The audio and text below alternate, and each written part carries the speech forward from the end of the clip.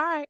Good morning, everybody. We should be live across several multiple platforms. So if anybody's hearing us out there, hi. Happy Friday. Welcome to the month of February. Like, wow. Mm. February is here. And so 1 month down, 11 to go, and then we start this rodeo all over again. All right. So, how's Taj, you ready yet? No, Okay. I'm looking for it. And if I can't find it, I can just explain it. Okay. How about can you talk and explain it at the same time? Oh, yes. There we go. So I was scrolling on the social medias. I can't remember which platform. Mm-hmm. And I stumbled across a video of a young lady, sitting in her car, giving her 3, 4, 5 cents on life. And she talked about, well, what she said was, as a woman, when you're having sex with a man and it's painful, that means that you actually don't like him. And then she went on to explain why she feels, I know I saw Jessica's face. She Like, went what? on to explain why she felt that. But, as a sex therapist, I'm like, that is not the message that we need to be putting out Not there. at all. Not at all. So I will, try to locate the video, but that's the synopsis, the cliff Okay. notes of So the while video. Taj locates the video, we're gonna go round robin on my screen of reactions. And so, Jessica, since you're visibly shaking your head, Jessica and I, we're gonna let you jump in first, then Sharian, then Mary Hannah, then Taj, then Jessica Addison. I'll go last. So Sure. So that just seems the most silly thing ever. It makes me think of there's a part in Come As You Are by Emily Nagoski where she talks about the difference between liking, wanting, and there was one other thing. And it's basically they're separate systems. Your brain 100%. is yes. one system and your genitals or stimulation is kind of another system. Hmm. Ideally they work in harmony, but sometimes they don't. And Right. so, like in sexual assault, you can be stimulated and have an orgasm, and that doesn't mean you wanted it. Say that. And the same is reversed, so that you could be with someone that you love, that you really want to be with, and your body's not functioning in a way that is conducive to sex for a variety of reasons. Yeah. But I'll let others go on to that. But yeah, those are kind of my 2 cents. All right, sharing for you, like what came up? Like, what do you want to say? What do you want to? I kind of want to like go over and shake this girl. Like, you have no business being online talking about stuff you have no idea what you're talking about. But okay, sharing what came up for you, and what would you tell her Okay, and so all of the women out there? what came up for me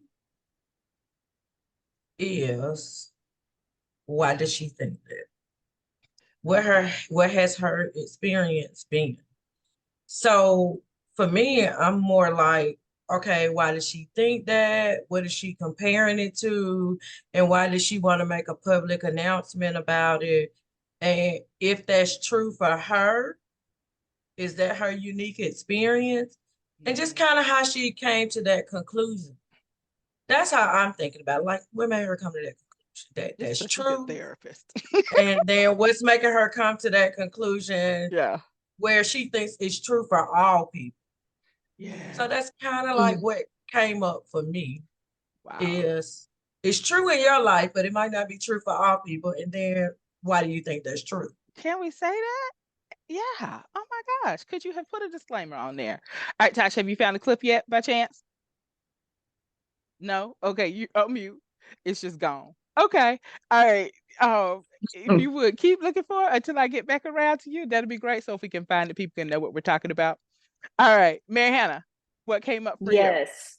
Yeah.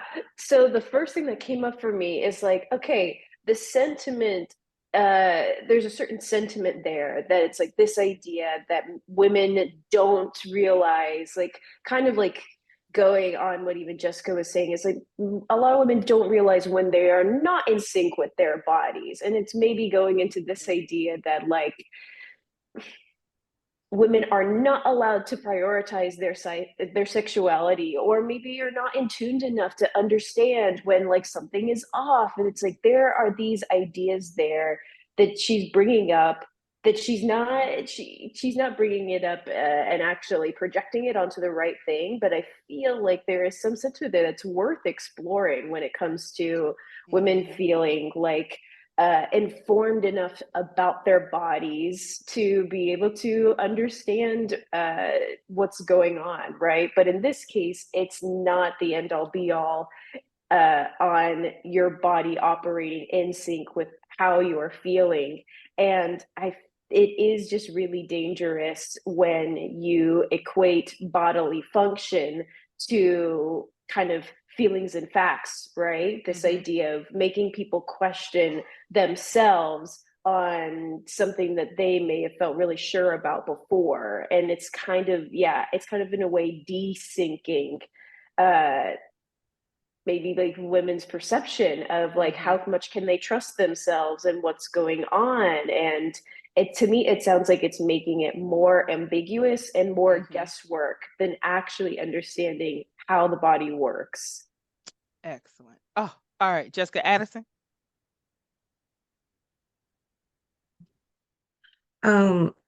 When Taj told me about this, I had the same look like Jessica, like, where are you getting this from? Unless your partner is like doing some rough positions and some rough sex that you can say, okay, you're kind of hurting me here.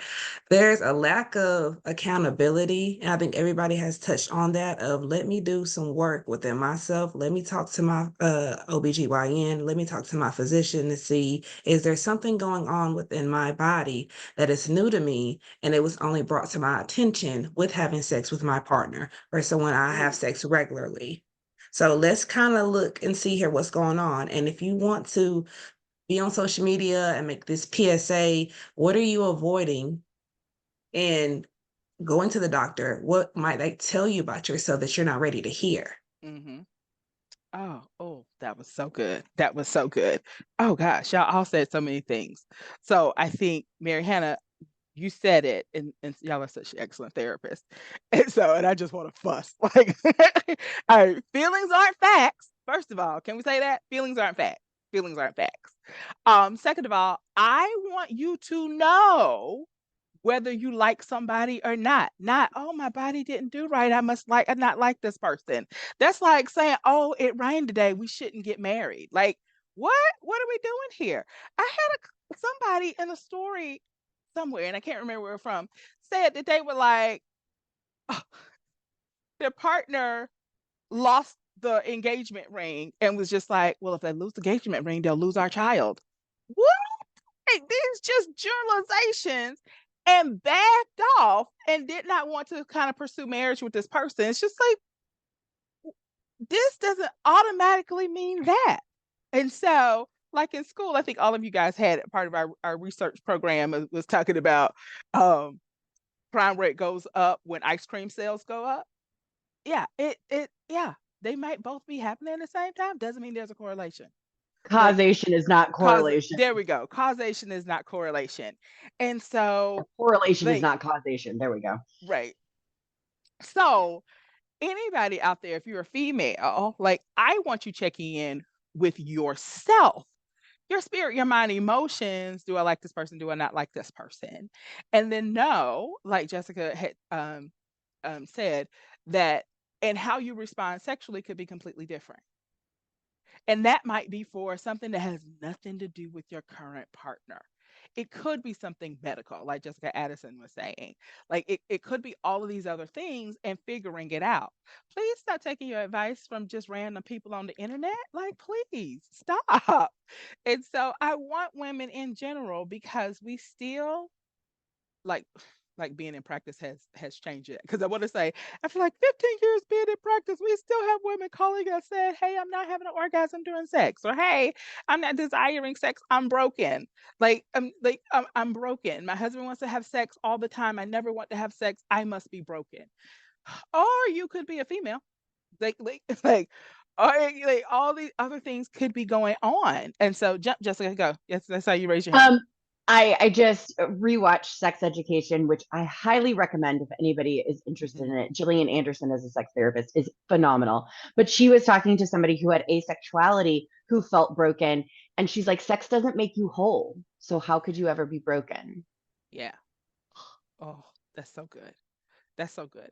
Oh, all right. And so what's coming up for anybody else before I jump on like normal? Okay, go ahead, Mary Hannah. Yes, yeah. I also just wanted to say too is like it's again like I get this misguided idea that, you know, like kind of this rise in like feminism and just like the women's fear that's like, no, you deserve to have your pleasure prioritized, and like women should be pleasured in the bedroom, and that's important, and that's something you should pay attention to. And it's like I can feel that in like this woman's thought process, and yet it's like putting all of the onus on the partner to understand the pleasure, when it's like, no, women also need to be taught how to understand their own pleasure and what's going on in their own bodies, instead of only just relying on their partner to like be good at it. Yeah. Oh my gosh, that's so good. Okay, Taj, what you want to jump in and say? I wanted to say, so when I first saw it, and I promise y'all, if I do this again, I'm going to save the video. But It's one of those things. Watch it pops back up in your feed like time you hang up from us. yeah. I mean, I was cooking, and I usually like let my reels just scroll, and that's why I feel like it's gone in the ocean. But when I first saw it, my first reaction was actually, I can understand why she would think that. It's when I stepped into my clinical space where I was like, but this is not right. I mean, Jessica Renard said it so clearly, like there are multiple systems at play here. But I can understand why she would feel that way because, you know, whether or not we are emotionally connected to our partner, it does change the quality of the sex. And like, I think about, you know, when we go to the gynecologist and get a pap smear, and they use that tool that, Speculum. that, yes, and it kind of mimics the way a penis is shaped, but getting a pap smear has no pleasure involved, right? And it's just because I'm not, you know, this isn't my partner. I'm not emotionally attached to this speculum. I'm not, you know what I mean? And so I can understand where she would get that from, or why she would feel like that is what's going on. I think she just like was woke up to the fact that she really didn't like this person, and then kind of backtracked and was like, oh, that might be why the sex was bad. But the truth is there are multiple systems at play here. And so we really don't quite know. So I honestly agree with everyone. And I think it is very tricky to put sex advice out there because sex is not one size fit all. It's No different way. for every single person. And I think this like the universal ideas that we have about sex is what, you know, hurts us the most. Like sex is supposed to be amazing every time we have it. Oh, Why is that a universal like thought belief. about Yeah. sex? Because every time I see it on TV or on porn, it's amazing. They're having a Mind great blown. time. They're having a great Ripping each time. other's All right. clothes off. Oh, okay. So let me talk to my guys a minute with that, because I need you to understand, just like reality TV is fake, reality porn is fake too. And so, because I've talked to a couple of guys and they're just like, but the women always look like they're enjoying it every single time. You don't think they shot that thing 3 times for the best take? Like, what are we thinking here? What do we think? Like, every piece of film that was shot made it to the internet, and that's the ones that you get to watch. Like, there were some bad takes in there, and she could still be acting, you know. And so, guys, I really, really, really, really, really, really want you to understand. Um, Fake porn. like, like the concept of fake news, fake porn. Even if it is reality, even if it is two amateurs, they are putting on an act for you. And so a real sex life is going to have good times and bad times. It's going to have great sex. It's going to have mediocre sex. It's going to have like, we just didn't do that well today at all. My mind wasn't there. A real sex life should mirror kind of the ebbs and flows of the relationship. So we were highly connected emotionally this week. We were also probably highly emotionally, sexually connected. And man, I feel like I don't know you. It's been 3 weeks since we spent time together. And sex will probably feel like you're a little bit more distant. Okay. Sex is not going to be perfect every time. And so please, please, please, everybody, every single person within the sound of my voice, I need you to know that sex is going to ebb and flow, that sex is going to ebb and flow. It's going to ebb and flow throughout the lifespan. It's going to be good experiences and bad experiences. What you're looking for is more good than bad, and to know like why. What's going on? Like, yeah, that makes sense. I was really tired. I should have just given you a rain check on that. Or yeah, I'm more stressed than I realized. Or this didn't used to hurt, but it's hurting now. Let's try a couple of different positions and it to be like a real conversation about what's going on. All right, Jessica Renard. Yeah, it just made me think of, because I was working with a client the other day and we were talking about how just kind of how your brain and your genitals can be disconnected or can be connected. Intimacy and sex can be disconnected. So you can Yeah. have sex without intimacy. You can Yes. also have intimacy without sex. Yeah. And so realizing that, again, ideally, the sex is going to be better if intimacy is connected. Mhm. And the sex is going to be better if your brain is connected to your genitals and everything's kind of working in the same Mhm. avenue. Mhm. Yeah. Thank you. All right, Sharon, you hadn't said anything in a minute. What else is coming up for you? I guess I'm just still sticking with that's that person's perspective. Yeah. It's just that everybody doesn't have to follow that perspective. Mhm. And it may resonate with some people, but it's almost just a combination of what everybody else is sort of saying. Yeah. You know, I don't want to judge that person for thinking the way that she thinks. And, you know, Right. I want to beat her up, you know, because we don't know how she came to that conclusion, and she's not a sex therapist. So hopefully maybe she'll see this and get some advice or come see one of us, right? Right. And make this make sense to her, because Yeah. it, you know, like everybody's saying, you know, it's so many different ways to Yeah. look at this. Yes, And I guess that's I'm true. just listening and taking it all in, and I'm just thinking, Mhm. I guess I'm just really thinking, my biggest thing that I'm really thinking is, what is she comparing it to? Oh, Like, has that's she good. had pleasurable sex Mhm. with a person and really enjoyed it? Or Mhm. is she confused about why she can never enjoy sex? And now she's just chopping it up as she's not really connected to people. And that's why she doesn't enjoy sex with people. Right. And that's why it's painful. So I Yeah. guess it's just more like, I want more questions. Like, what if? And I would even like to see the video, because hearing about it can be completely different Right. than seeing it. And then when I see it, it could be, oh yeah, whoa, yeah, that's really out there.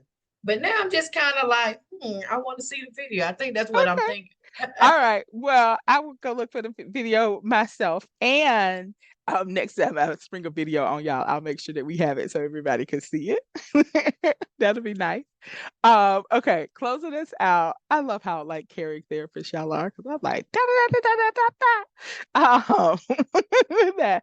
All right. If this was your client and she's saying, "What sex is painful for me. I don't think I like my partner."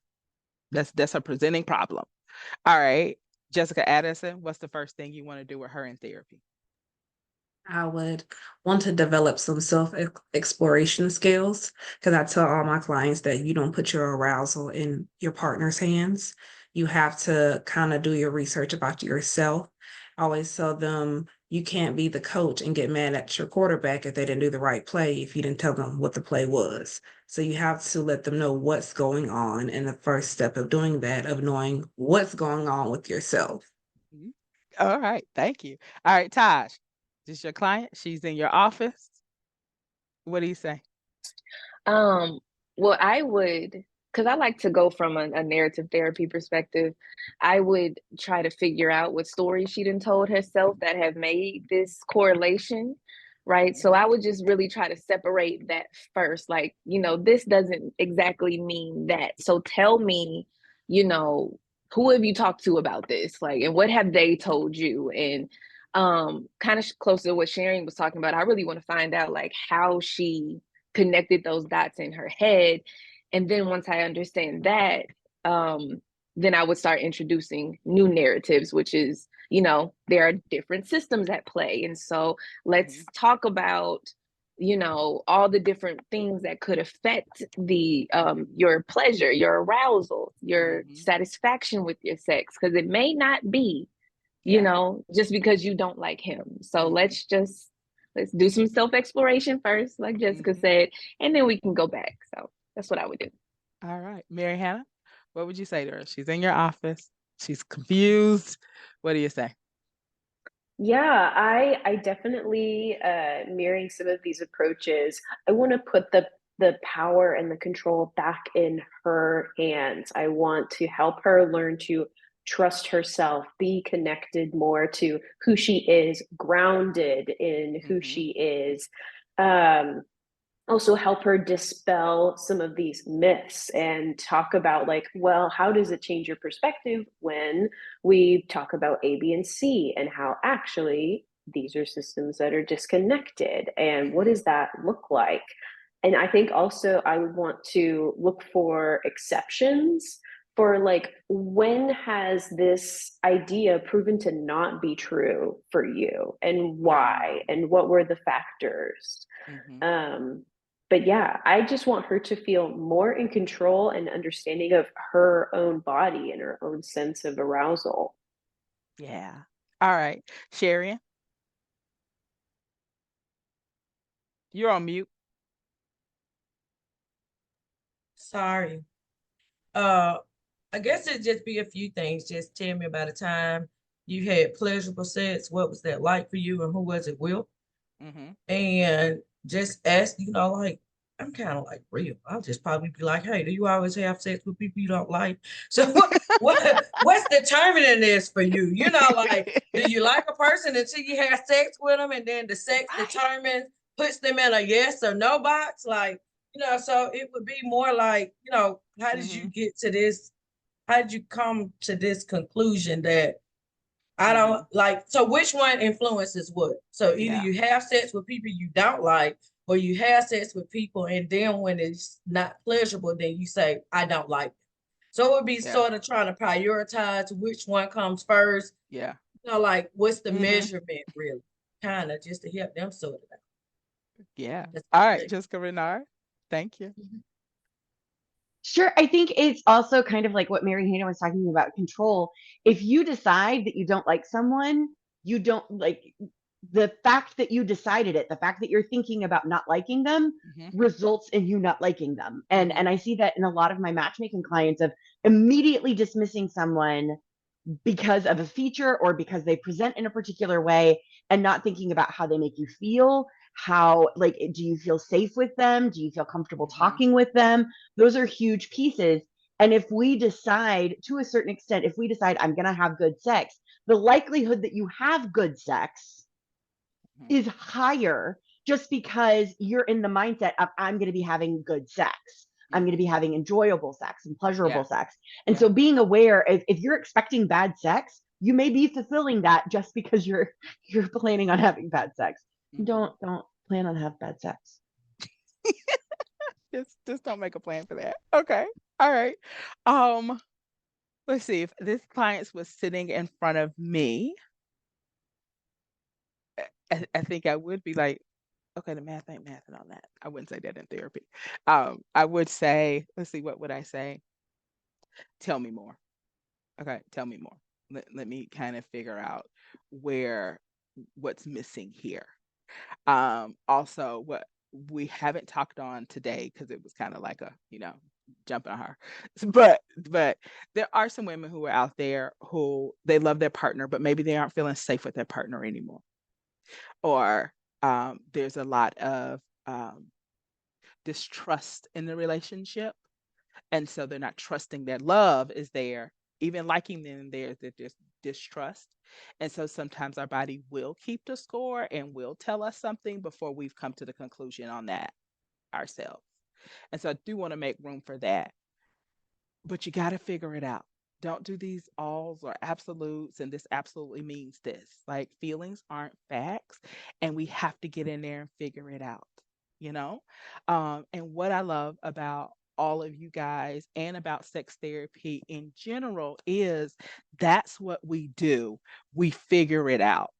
Like I feel like, and I was like, we turn the lights on in the bedroom and say, okay, really what's happening here, and what do we need to do to have it or make it or to cause it to happen better for you. So if you guys are out there, if you stumble across this video and you got something that's not working right in sex, that's not working right in the bedroom, nothing working right in your relationship, everybody on here is qualified as a relationship therapist and working on their sex therapy specialization. And so, therefore, they can handle the relationships too.